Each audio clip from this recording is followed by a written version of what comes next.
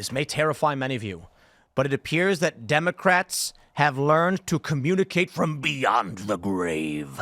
Social media erupts over Congressman's reaction to Trump job cuts after his death. Heavens me. Raul M. Grijalva was able to send this message on social media despite the fact he died. Well, I can say this. Maybe he scheduled the post, or maybe other people have been posting for politicians the whole time, and that's probably the case. Media reports Democratic Congressman Raul Grijalva decried President Donald Trump's move to cut thousands of jobs at the U.S. Department of Education in a long post on X Thursday, but there was one problem. He was dead. The post from his official X account posted at 3:16 p.m. Thursday slammed the president's decision, but Grijalva had died in the morning, according to a statement from his family that read, the office of the 7th District of Arizona is saddened to announce the passing of Congressman Raul M. Grijalva. He fought a long and brave battle. He passed away this morning due to complications of his cancer treatments. In all seriousness, I am sad to hear this man passed away, and I hope the best for his family. I do not respect, however, those who are impersonating his account and posting on his behalf. So staffer or a scheduled post. Even Andy Kaczynski of CNN says, amazing someone thought to hit the send button after he died on this. Totally wild. There was a weekend at Bernie's going on. Look at this. Absolutely crazy. They had already published the statement on his death and then 2 hours later made the post. That's crazy, man. Isn't it possible that it was scheduled? Perhaps, indeed.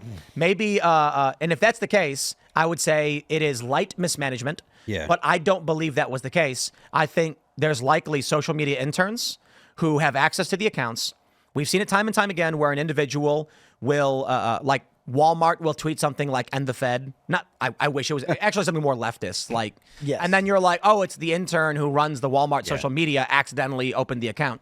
I think likely what happened is that somebody who wasn't privy to his passing in the morning wrote that up and sent it later in the day. No, I think we got it all wrong here, Tim. What this is this was a story that was intended for the Babylon Bee, and the headline should have actually been Elon Musk delivers first batch of Starlink to heaven.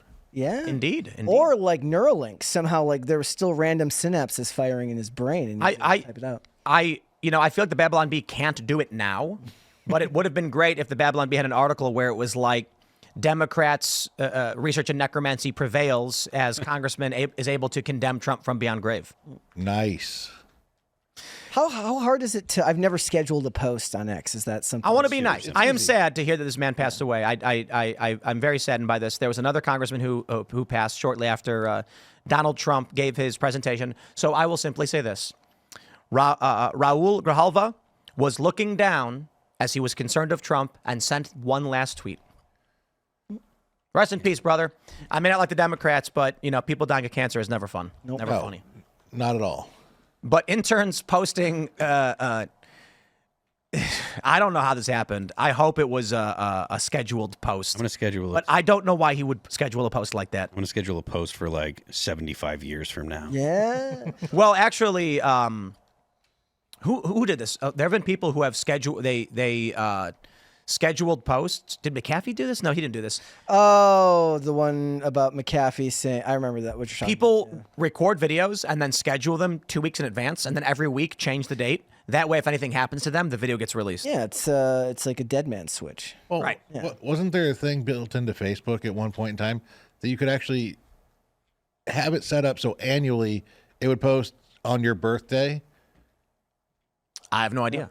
Doesn't Facebook have like a death coordinator thing where like upon death, someone else gains access to your account or something? Family members. They do now because Yeah. there was actual legal issues behind that a few years back where they actually had to say, a family member said, no, this Facebook account needs to be shut down. They have died. Yeah. And Facebook's like, no, we own that account. What's funny is in all these movies, you ever notice in like in a movie even today, someone will get a phone call and then you'll hear a line click and a dial tone. Yeah. They still do the dial. They still do the dial tone. And I think it's funny because it's a cell phone and then they'll be talking and it'll be like, you have 3 hours, click. And Everybody knows the three So- beep that you hear with Right. So my point is, these are anachronisms.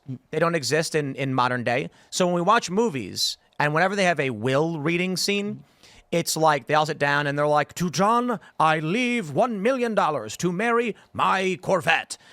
Actually, what probably is going on now, it's like, To my son, I give you my passwords to all of my accounts on my computer, and I ask that you delete my browsing history and purge the hard drive. You know what other one they always do is you'll see somebody put a Glock in someone's face, and you'll hear a hammer pull back. Even though there's always. Oh God. Right. Okay, I got to say this because I know Phil is going to agree.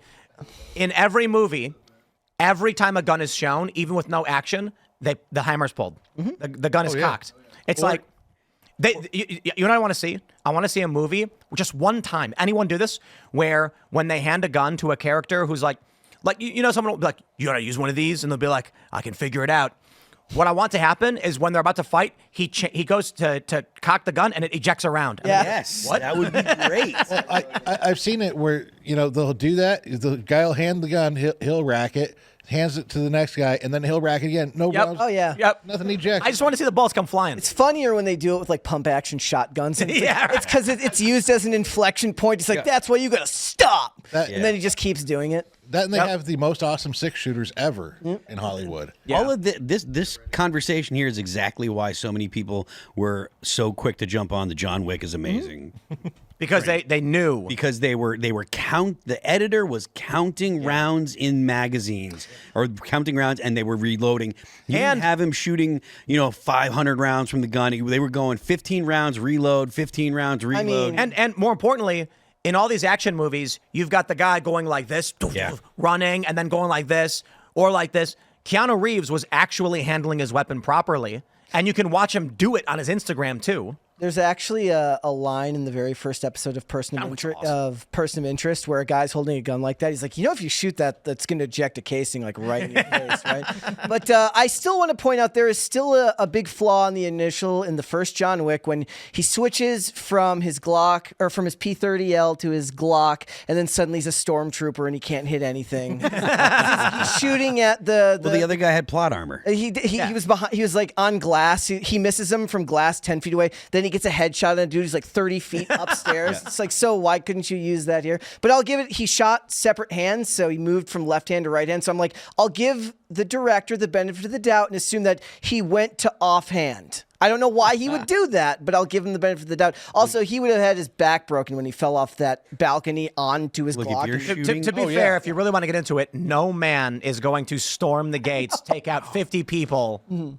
I do love how every movie is like this. Every show, like I was watching Squid Games 2, which sucked, by the way, and it's just like, here's 70 bad guys and 3 good guys, and the 3 good guys just keep plowing through them. Well, no, the bad guys have no training. The trope is always that, like in the movies, everybody's behind a car and shooting, and the bad guy stands up into full view so the guy can shoot him. It's like, just don't do that. Except I just watched. Have you seen the Gifted? No. That's it's from 2017, and it was a Marvel X-Men. That was the Hulu Hulu one, yeah. Was it Hulu? It was. It went to Hulu after network. Yeah, it's on Disney, and it was an okay show. But there's a scene where all the good guys are doing that. The bad guys are the white supremacists, but it's not about white people; it's about mutants. And so they come with a bunch of guns, and all of the good guys are just standing up for no reason, getting shot. And it's just like, you could go behind that rock, perhaps. Yeah. But don't hide behind a car either. Bullets go through cars pretty well. Engine block.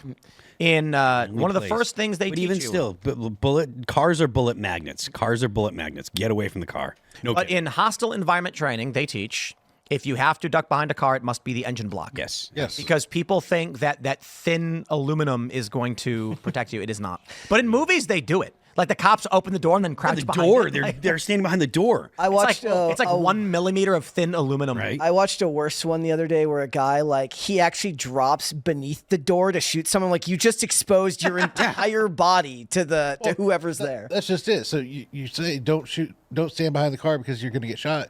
Honestly, I see someone duck behind a car, I'm firing rounds off the under pavement. they will skip right into them. To be fair, in the movies they do that.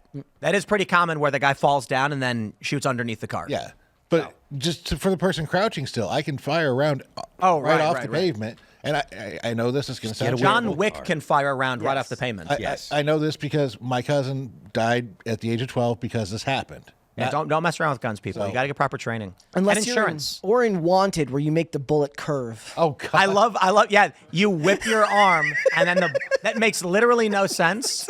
But that movie was Who awesome. cares? It was awesome. It's like, that's the thing, though. Like, everybody's obsessed with realism right And now. then I don't want it to be real. I want to see the bullet curve. Angelina Jolie whips the bullet and it goes all the way around everybody and then her. And dude, that movie was so... But I loved it. That movie was funny. Amazing. I said, everybody's too worried about realism now. Sometimes you just curve the bullet. Thanks for checking out this clip from Timcast IRL. Make sure to watch the show live Monday through Friday at 8 p.m. Subscribe to this channel, and we will see you all there.